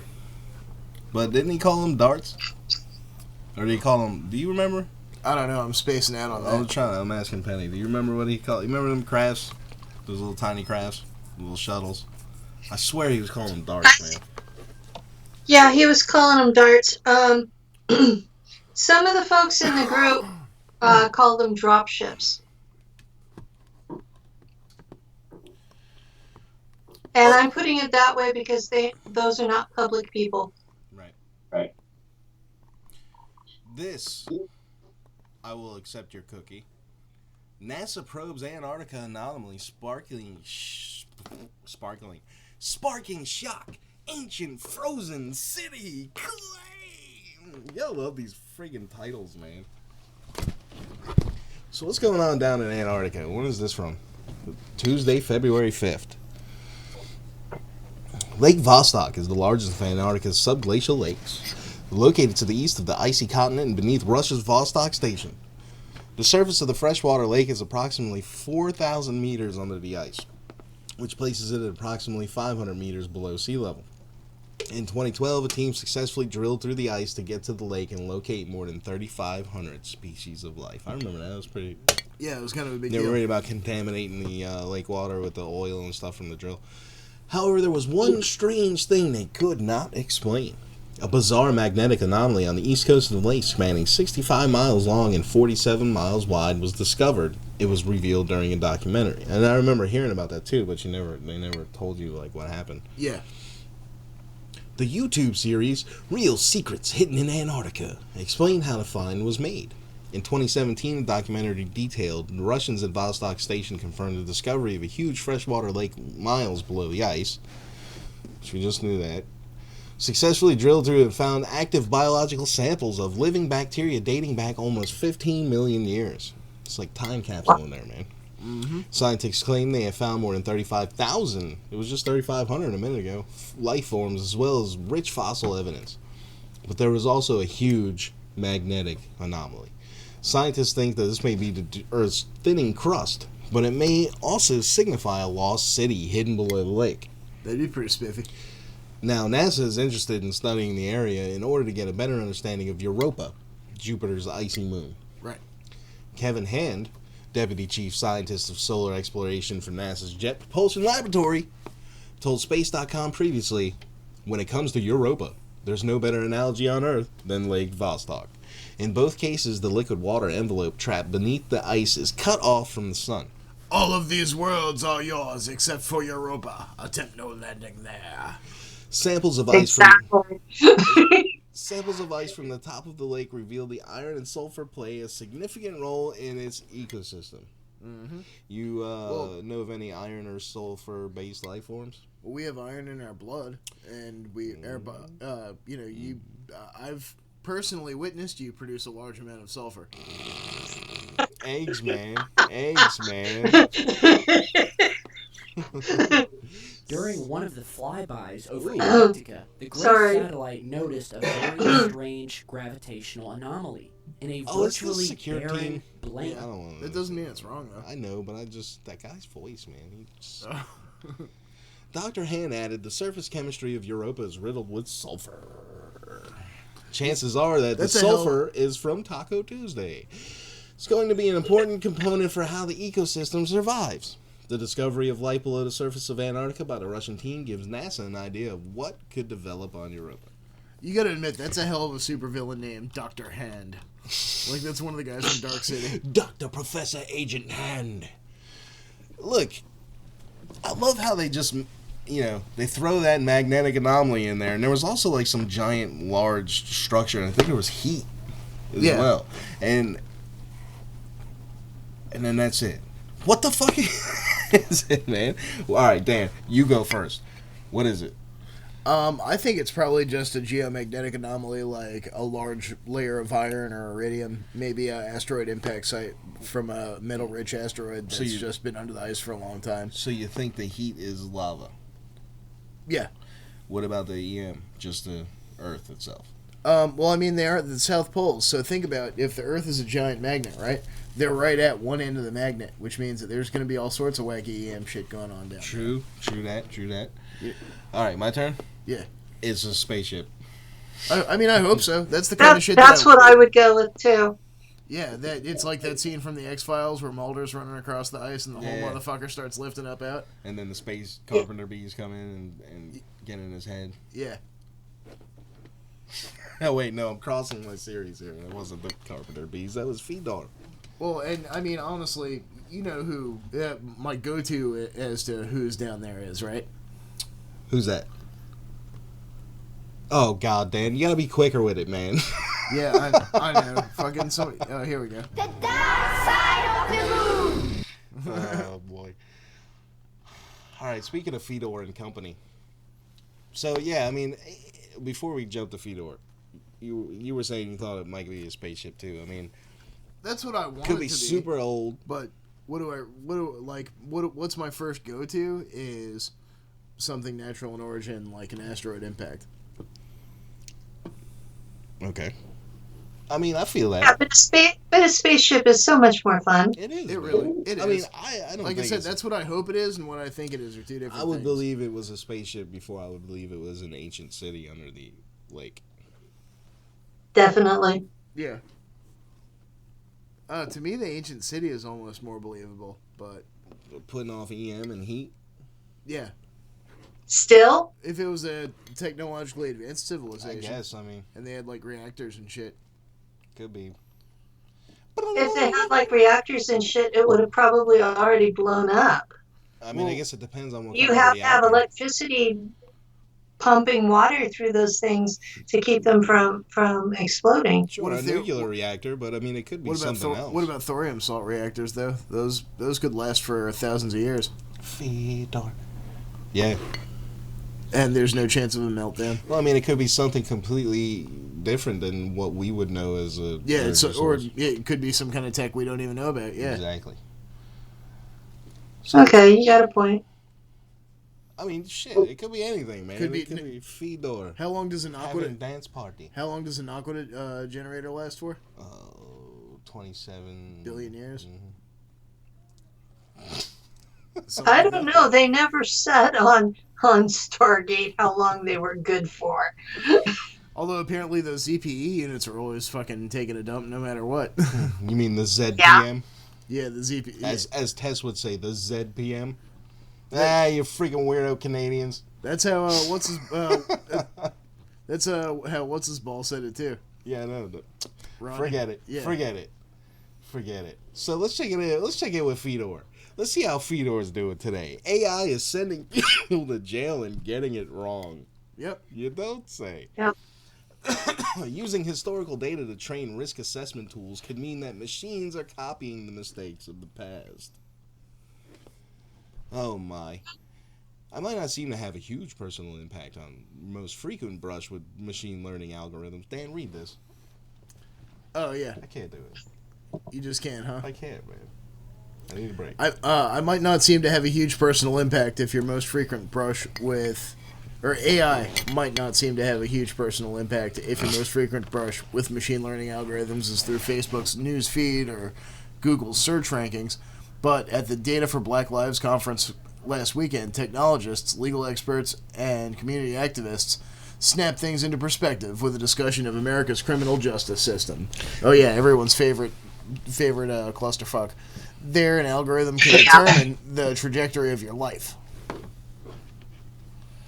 Uh-oh. The U.S. imprisons more people than any other country in the world. You don't say. At the end of 2016, nearly 2.2 million adults were being held in prisons or jails, and another 4.5 million were in other correctional facilities. Put another way, 1 in 38 adult Americans was under some form of correctional supervision. The nightmarishness of this situation is one of the few issues that unite politicians on both sides of the aisle. And in that case, it doesn't even unite them against the corrupt system, it just unites them in profiteering. Mm-hmm. So, under immense pressure to reduce prison numbers without risking a rise in crime, hey, how about we pardon nonviolent drug offenders? How about that, since a vice isn't a crime? Anyhow. I agree. Courtrooms across the U.S. have turned to automated tools in an attempt to shuffle defendants through the legal system as efficiently and safely as possible. Yeah, I'm sure safety is a concern. This is where the AI part of our story begins. Police departments use predictive algorithms to strategize about where to send their ranks. Law enforcement agencies use face recognition systems to help identify suspects. These practices have garnered well-deserved scrutiny for whether they in fact improve safety or simply perpetuate existing inequities. Researchers and civil rights advocates, for example, have repeatedly demonstrated that facial recognition systems can fail spectacularly, especially for dark-skinned individuals, even mistaking members of Congress for convicted criminals. But the most controversial tool by far comes far after the police have made an arrest. Say hello to criminal risk assessment algorithms. Risk assessment tools are designed to do one thing: take into the details of a defendant's profile and spit out a recidivism score, a single number estimating the likelihood that he or she will reoffend. It's fucking crazy, man. A judge then factors that score into a myriad of decisions that can determine what type of rehabilitation services defendants should receive, whether they should be held in jail before trial, and how severe their sentences should be. A low score paves the way for a kinder fate. You know what a high score does precisely the opposite. You know what that algorithm sounds like? Some fucking Minority Report shit. That's what that algorithm sounds like. Yeah, pretty much. Yes, it does.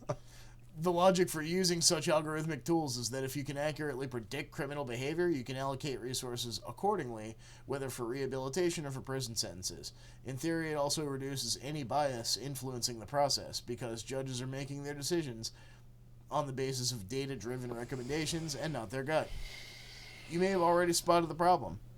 Modern-day risk assessment tools are often driven by algorithms trained on historical crime data. As we've covered here before, machine learning algorithms use statistics to find patterns in that data. So if you feed it historical crime data, it'll pick out patterns associated with crime, but those patterns are statistical correlations. And I think we've discussed here on Reality Brief quite a few times how correlation is not the same as causation. So if an algorithm found, for example, that low income was correlated with high recidivism, it would leave you none the wiser about whether low income actually caused crime. But this is precisely what risk assessment tools do. They turn correlative insights into casual scoring mechanisms. Now, populations that have historically been disproportionately targeted by law enforcement, especially low-income and minority communities, are at risk of being slapped with high recidivism scores. As a result, the algorithm could amplify and perpetuate embedded biases and generate even more bias-tainted data to feed a vicious cycle. So, because more risk assessment algorithms are proprietary, it's also impossible to interrogate their decisions or hold them accountable. So, what this amounts to is an unelected, unaccountable layer of technocracy overlaying our entire judicial system. That's what this really is. Yes. The debate over... And a layer that you didn't throw in was the personal prejudices of the programmers. Right. That's absolutely a factor. So the debate over these tools is still raging on. Last July, more than 100 civil rights and community-based organizations, including the ACLU and the NAACP, see, you know what? If the Libertarian Party were smart, they would jump on this. Signed a statement urging... If the Libertarian Party was smart, they wouldn't have ran Bob Barr. Yeah, fair enough. Well... yeah, I'm just saying, man. Let me point that out real quick. Word up to any Libertarian Party's like Bob Barr. Oh yeah, Bob Barr. Can you get any more anti-libertarian than Bob You really Barr? can't. I mean, I guess if you unless you're talking about drafting Hillary to the LP. So, the debate over these... I don't know, she could probably run with Bill Weld. The debate over these tools is still raging on. Last July, more than 100 civil rights and community-based organizations, including the ACLU and NAACP, signed a statement urging against the use of risk assessment. Here, scroll down. Oh, sorry. You got the mouse. No, I got the mouse. Nope. He's got the... Penny, scroll down. I don't have the mouse. No, yeah, there you go. We need the telekinesis. Data-driven risk assessment. Oh yeah, so they signed the statement urging against the use of this risk assessment software. At the same time, more and more jurisdictions and states, including California, have turned to them in a Hail Mary effort to fix their overburdened jails and prisons. I mean, apart from the obvious thing, which is basically pardoning nonviolent drug offenders.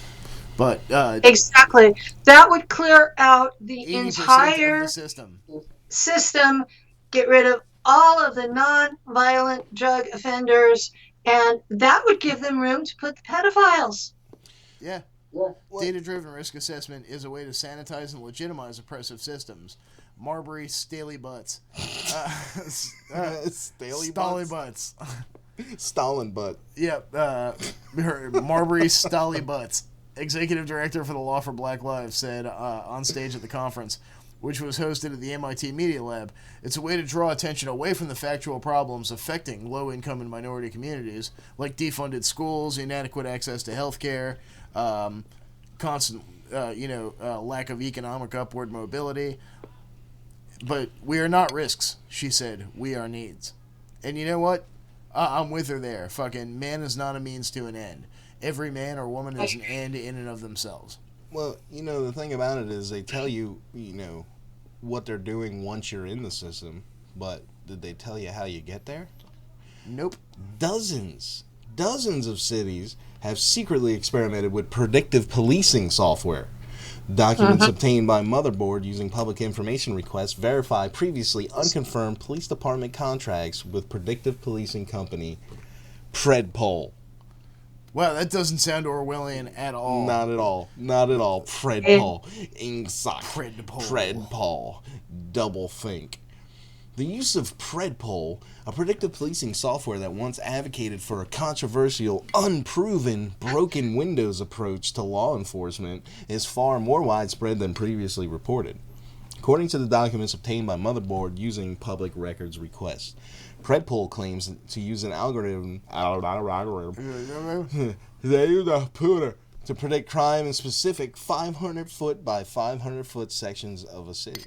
Wow, 500 by 500, huh? That's awfully small. Specific. Yeah. It is. So that a police can patrol or surveil specific areas more heavily. The documents obtained by Motherboard, which include Predpol contract documents, instruction manuals, and slide presentations for using the software, and Predpol contract negotiation emails with government officials were obtained from the police departments of South Jordan, Utah. Shame on you. Mountain View, California. Shame on you. Atlanta, Georgia. Shame on you. Haverhill, Georgia. Palo Alto. I'm going to interrupt for a moment. Mountain View, California is where Microsoft is. So they're going to be using all of this AI this is all Silicon predictive Valley. programming to monitor the folks that make computer software. Yeah, a lot of it is. The irony of that just hit me square between the eyes. And there's also Palo Alto. Yep. Modesto. How do you Merced. say that? Merced, Livermore, and then Tacoma, Washington. University of California, Berkeley. And Well, I'm all for keeping University of UCLA Berkeley under tight surveillance. No. These cities and municipalities are home to over 1 million people, according to the most recent census data available. In October, Boing Boing's Cory Doctorow published a story speculating that these cities had contracts with Predpol based on anonymous researchers' study of the company's URL structures and login portals. These documents confirm these cities have had relationships with the company. That's pretty wild. Dude looked at the website, was like, yeah, they're over there with the Predpol. Yep. That's pretty wild, man. There really is. One of the documents the company gave to police that was obtained by Motherboard notes that predictive policing benefits potential offenders. It benefits potential offenders by preventing them from committing crimes. Oh my god, dude. This really is some Minority Report shit. You know what we really need is a constitutional amendment that says you're not guilty until you've actually done it. Well, I'm pretty sure innocent until proven guilty is in there somewhere. Yeah, we need that. Yeah. A lot of good it does. A lot of good the Constitution does. They've already tossed out all of the Bill of Rights. Yeah. But at the same time, having it on paper, it's like having rules in a group. It's like they're supposed to follow it, and if you don't, then you're righteous to kick them out. Anything written on paper means nothing to those who can't read. This is true, or don't understand what they're reading. And that is part of the problem I have with the Q cult, is that they are okay with violating the Constitution if it's for their purposes. Mm-hmm. And that's just some basic left-right bullshit that you always see, like people that are so stuck up in the political system. I'm a leftist. I'm a rightist. Whatever. I mean, it's always okay if their team does it. You know what I mean? Yeah. But oh my God, if the other side does it. But as soon as their team does it, it's all good. And I'm stuck in the middle saying, you both are going to hell. So we've got previous reports stating that California cities Los Angeles, Elgin, Oakland, Richmond, and Milpitas. Is that how you say that? Yeah. Milpitas. Milpitas. Which collectively have a population of more than 4.7 million, all use Predpol software at one point. The most recent available documents obtained by Motherboard show that Modesto, Merced, and the University of California, Berkeley still have contracts with the company. Livermore does not plan to renew its contract, which ends this month. Livermore is where the national laboratories are, and they're probably getting fed up with being monitored. Yeah, I would imagine so. Yeah, I live out here. My mother lives in Merced, and that's how you say it. Merced. Well, we got more California cities. Predpol slide presentations included in the documents also claim that the company had current and near-term deployments in Santa Cruz, Morgan Hill, Fairfield, Los Gatos, Los Monte Sereno, Campbell, Salinas, Alhambra, Lansing, and then also in Seattle, Lansing, Michigan, and then Seattle, Washington, and San Francisco, Columbia, South Carolina, and Manhattan, Kansas, as of 2013. Oh, hey, then also Little Rock, Arkansas, Kent, England, and Reading, Pennsylvania. This Wow. shit's getting crazy, man. And then they're going to send in the drones to come get you. They're going to send in those drones to just take you out. And you haven't even done anything. But look, they're doing you a favor because if they take you out with a drone, you can't go and rob that convenience store. And they can't even prove you were gonna. It's crazy, man. It's basically just kill anybody you want and claim that they were going to commit a crime. Okay, so this thing goes on and on and on and on and on. So if you want to check out the rest of that, it's at motherboard.vice.com. Yes, sir. Dan, you didn't give me a segue. Oh, was I responsible for a segue? No, Fishman was. Oh, right on. Fishman, you're fired. Yeah, seriously. Hang on, we have an incoming communication from Fishman. He says, see, this whole thing. He says, speak into the microphone, Dan. Yes. Okay, yeah, so there's that. So we should be speaking into the microphone. But no, what was the thing from RoboCop that was all like, citizen, you have 5 seconds to comply? Like fucking ED2409 or whatever it was. I don't know. Dude. The mech. You know what I'm talking about. No, I don't know. They have to be created and sold. What was that? Lou made a snark about Fishman. Oh, that bastard. He said, Lou said that slaves have to be traded or sold. They can't be fired. All right, we got one slave for sale, guys. Okay, so here's something that I've been wanting to go over. That it's from the Silver Record. 38th DIRD title surfaces with letter addressed to McCain and Armed Services Committee. Oh, that's what we do, department. Yeah. So the 38 Defense Intelligence reference documents, or DIRDs, Defense Intelligence Reference Documents, were contracted by the DIA and DWO's Advanced Weapon System Applications Program, which allegedly studied UFOs, Skinwalker Ranch, paranormal phenomenon, and more. To kick things off, 2 of these Defense Intelligence Reference Documents were leaked in late 2017 by the always controversial and now often criticized Sphere Being Alliance. They were titled Traversable Wormholes, Stargates, and Negative Energy, written by Dr. Eric Davis. Who made him popular again? The Sphere Being Alliance. And Warp Drive, Dark Energy, and the Manipulation of Extra Dimensions. Written by, there's our buddy again, Dr. Richard Obuzzi and Dr. Eric Davis. After the leak, Dr. Eric Davis confirmed that it was authentic. Months later, in May 2018, George Knapp of Coast to Coast AM, you may recognize that name, and KLAS released 2 of these DIRDs, one that had been previously leaked, and a new document, Advanced Space Propulsion Based on Vacuum Space-Time Metric Engineering, written by Dr. Hal Puthoff. Then in July 2019, George Knapp and KLAS wrote about and released the complete DIRD title list, minus one redacted entry. Due to its sensitive nature, the title list did not include the full reports, but it also credited each author, and amongst the authors were Dr. Richard Obuzzi, George Hathaway of Hathaway Research International.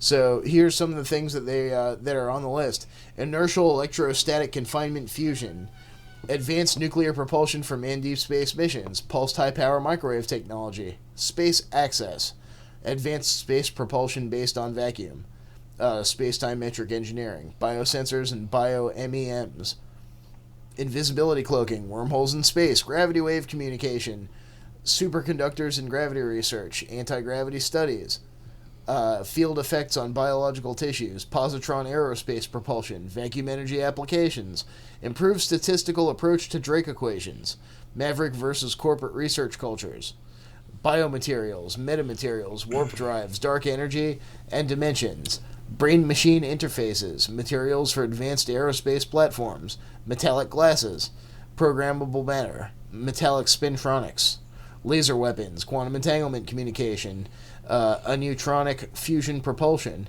cockpits in the era of breakthrough flight, cognitive limits on simultaneous control of multiple unmanned spacecraft. Damn. Detection and high-resolution tracking of vehicles at hypersonic velocities. Aneutronic fission. Fusion. Aneutronic fusion. Laser lightcraft of nanosatellites. MHD air-breathing propulsion. Laser lightcraft nanosatellites? Yep. MHD air-breathing propulsion and power for aerospace applications. Quantum computing and utilizing organic molecules in automation technology. Shit, Patty. Sound familiar? Quantum tomography of Shit negative sounds energy. familiar. Quantum tomography. Haven't of I negative been energy talking about states that in the too? vacuum. Ultracapacitors as energy and power storage devices. Negative mass propulsion. And blank. And later, another incomplete version of this document list was included in the infamous document leak that involved Chris Mellon's website. It did not contain the 38th DIRD, but it mentions inertial electrostatic confinement fusion, pulse power based weaponry, space-time modifications for spaceflight applications. What? Yeah, space-time modifications for spaceflight applications. So is that like temporal drive? That's gobbledygook to say they stepped outside of this dimension into another one and then stepped back. Yeah. Otherwise known as hyperspace travel. Novel MEMS-based biosensors, theory and experiments of invisibility cloaking, wormholes in space-time, gravity wave communication, superconductors and gravity research, anti-gravity for aerospace apps, field effects on biological tissues, positron aerospace propulsion, vacuum energy applications, improved statistical approach to the Drake equation. So it's the whole same list, like down to the metallic glasses, programmable matter, spintronics, high energy laser weapons, quantum entanglement communications, space access, where bin, where go. Yeah. So what's the original source for this? This is coming from two of these DIRD documents that surfaced. Okay. And so Sphere Being Alliance is not the original source? That link right there. Yeah. They came out in late 2017. Yes, the Sphere Being Alliance was the first one to leak these, apparently. Okay. Defense Intelligence Research. Yeah. But then you can it tells you about who actually wrote the documents and you can follow up on them. Okay. And then there was so this is a 3D real leak. It's not a psychic leak. Right. Okay. And this is I posted the link in the group, guys, if you're watching this and you want to read it for yourself real quickly. Now, in January 2019, Nick Pope had posted the last unredacted 38th previously classified DIRD title, as well as an interesting cover letter that was apparently sent to John McCain, or to the Congressional Armed Service Committee, of which John McCain was chairman. Pope says the document was released to him by the DIA Office of Corporate Communications. And so it's got this letter to John McCain. And, we'll go ahead and post a link to that here, too. While some of the DIRD titles differ slightly between each list, it is clear that the reacted document is titled State of the Art and Evolution of High Energy Laser Weapons, written by J. Albertine. Now, seeing the subject matter, it makes sense that it was classified.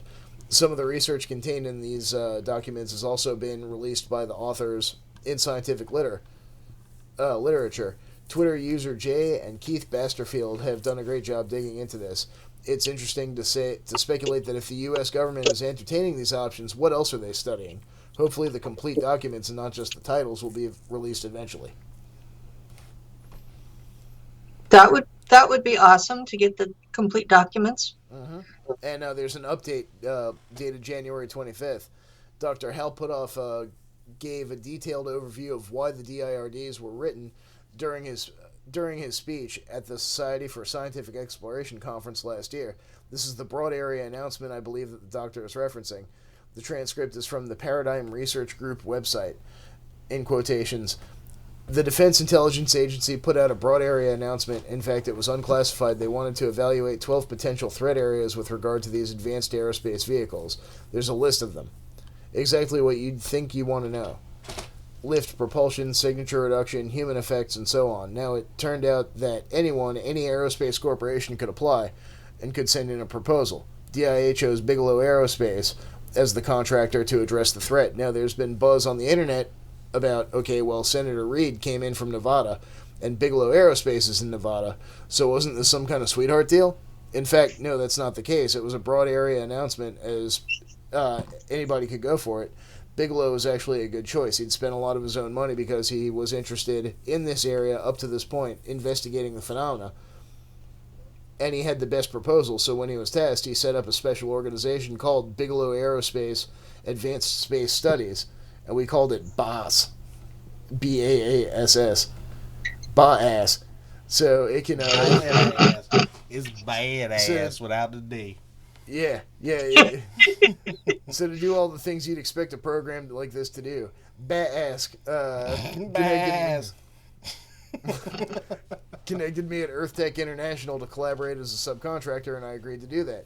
So what did I address as a subcontractor? One of the critical issues, there's so much high-level security and compartmentalization in this subject area, and there's a lot of it. It's difficult for contractors to obtain expert opinions on advanced technologies because they would expose why they are interested. So I acted as a surrogate. I was contracted to commission mostly unclassified white papers from experts around the globe about where their particular subject areas would be in the year 2050, as like a general survey of aerospace futures. I decided that this would be the best way to get the best technologies we had across many technologies without actually exposing why we wanted to know. So I'll let out 38 contracts over a 2-year period. I'll show you what the studies were on. You can read them on the positron aerospace propulsion, the IEC fusion as a compact energy source, warp drive, dark energy, extra dimensions, metallic glasses for aerospace use, really cutting edge kind of things. Here are some more of the papers that I commissioned. Negative mass propulsion, anti-gravity for aerospace applications, programmable matter, invisibility cloaking. These are just the kind of things that we needed to have maximum technical input from the best people around the globe, and so that's what we did. That's what we did. That's what I did. Now we could wait. We told these people they could publish their reports in physics journals and engineering journals, but of course the contractors didn't want to wait for that. So the DIA bundled up these 38 papers and put them out as DIRD documents, posted on a JWIC server that anyone in the government or any contractors could have access to. By and large, they have not. Will yet been we released have to the public access yet, to them? but a couple have been leaked out. It said not yet, but it's pretty interesting. So they're just letting any old government contractor have that information now. Yeah, pretty much. About some seriously high-tech shit. We need to find us a government contractor to get access. Right? So, that means that, how much of this stuff is secret space program tech that's just filtering back to Earth? Right. It's like, okay, you guys can have it now. Yeah. Well, Tomas Alvin came up with 2.5 years ago that what would happen is that there would be a new agency that would take over the role that NASA has played, and that all of the tech that we have been leaking would be suddenly appearing as new discoveries. I think he nailed it. Yeah, I would agree. We've been saying the same thing for a while now.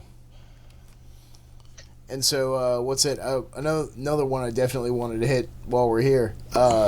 This is coming from National Geographic. Well, why don't we hit one of these Nexium ones, because it's going to be the last one. It's already 10. I think we should just save the Nexium stuff for the next show. All right, go ahead. A new planet discovers a signal and shift for the hunt for alien life. With ever more intriguing worlds found in the sun's neighborhood, the search for extraterrestrials is set to take on some bold new steps. This is by Nadia Drake from Nat Geo. Oh my God. Our galaxy is possibly totally stuffed with alien worlds. The exoplanets that swarm the swarm the Milky Way, and then a good fraction of them are small, rocky, and temperate like the one we live on. So we know there's lots of Earth-like worlds. And this whole article is about There are? changing the methods by which we look for planets. Whether planets are a galactic feature or a bug has only been really resolved in the last 5 years or so, and so they're definitely a feature. As instruments with increasingly sharper eyes have carved out the signatures of planets from faraway starlight and delivered those worlds to eager Earthlings. So, now we've... But how many are already populated by folks who really don't want us to show up? That's a good question. Yeah, they remember what happened last time? Exactly. Make soul great again. Telling you, man. See, this one's named after Earth's around Bernard star. They're saying that Bernard star has at least one gas giant. So the odds are low that there's an Earth-like planet there, but then there's Lytton star, 12.3 light years away from here. It's a red dwarf. It's got 2 confirmed planets, one of which is in a habitable orbit. So, there's we definitely have neighbors. They're out there. TRAPPIST-1, LHS 1140 have crossed recent headlines, and now that we're launching the TESS, the Transiting Exoplanet Survey Satellite, and the James Webb Space Telescope, we're going to be finding planets at an alarmingly increasing rate. So, alarmingly? I had heard that the TESS was actually just like a rocket full of shitpost. I'm saying it'll allow us to see shitposts from light years away. Hell yeah. Well, look, before we jump, I just want to say I'm not sure if we're going to start this next week with Sue, but we're going to be changing formats here. And what we're going to do is, instead of doing these big, long 2-hour news shows or doing a 2-hour guest, we're going to do, half an hour, maybe a little more news every show, and then an interview. And maybe some afterwards. It just depends on time and whatnot. It's been brought to my attention that, somebody else uses that format, but you know what? We're going to do it better. Screw him, who that other person is. That's all I got. Dan, you got anything like that to say? Hey. Not that I can really think of. I'm really happy to be back on the air, man. It's been too long. It's been rough, man. I've been sitting here constantly taking tests that prove that I know how to work on cars. I've taken 300 of them in 2 weeks. It's fucking ridiculous. Yeah. The things you do for money. The things you do for money. Well, if... by the way, guys, I want to say thank you very much for having me on as a guest host. Absolutely. You've been, you've been with us since the show got started, man. So, thank you for everything. You got any? What you got going on? You got anything you want to plug? Anything new? Got another show appearance coming up? Conference? Anything like that? Well, the only conference I have been invited to this year that hasn't already folded is the Mars conference that's supposed to be held the first week of September in Silver City, New Mexico. So I'm really looking forward to that. I get a 2-hour gig, and he's not telling me what I have to talk about. Nice. So it will be something different than what I've been doing, just because I'm tired of talking about the same thing over and over. And I'm working on a book, and I've got a whole 10 pages written. And it's a little hard because I'm trying to give credit to the people who actually were the first ones who came up with it, instead of just saying, well, I remember all this myself, because... Well, you might be doing that wrong. You're supposed to say you came up with it and then trademark it. Well, it's like this. I had this big blob of memories, and I had to do research to figure out what they were. So I feel, for me, that I should be giving these people credit because their work helped me figure out what I was remembering. And it might be a good thing for the community to see somebody do it right. Yeah, that could be. It could be a very good thing, actually. Yeah. Kind of chicken. I, as Lou put it, I'm not a chicken choker. Blue or any other colored. Exactly. So, it is what it is. I'm trying to do it the right way. Well, that's great. We'll be on the lookout for that. To you got any kind of estimated time of arrival for that book's completion, or is it just like takes how long it takes? Well, it takes how long it takes, but I'm hoping to have it done before the Mars conference. That'd be awesome. And I'm planning to bring it out as a Kindle book first. See how it does as a Kindle before I spend the money to have it printed.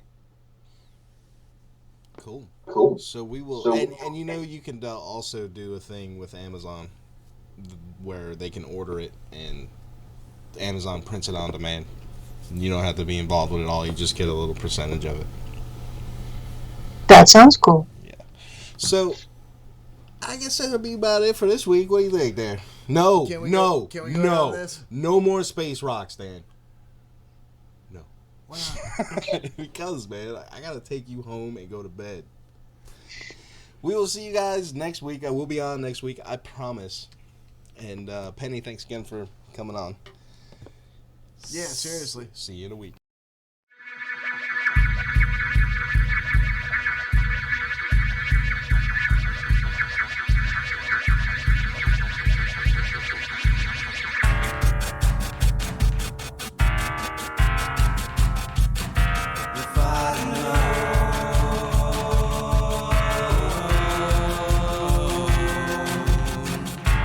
I'd save the heartache for another life if I'd have known. I'd make the promise to myself if I'd have known.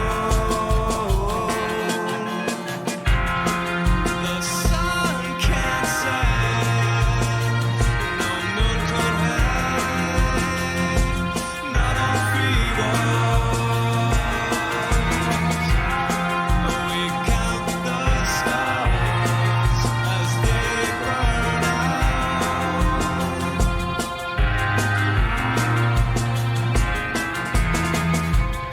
On frozen waves, the brightest light was beneath us.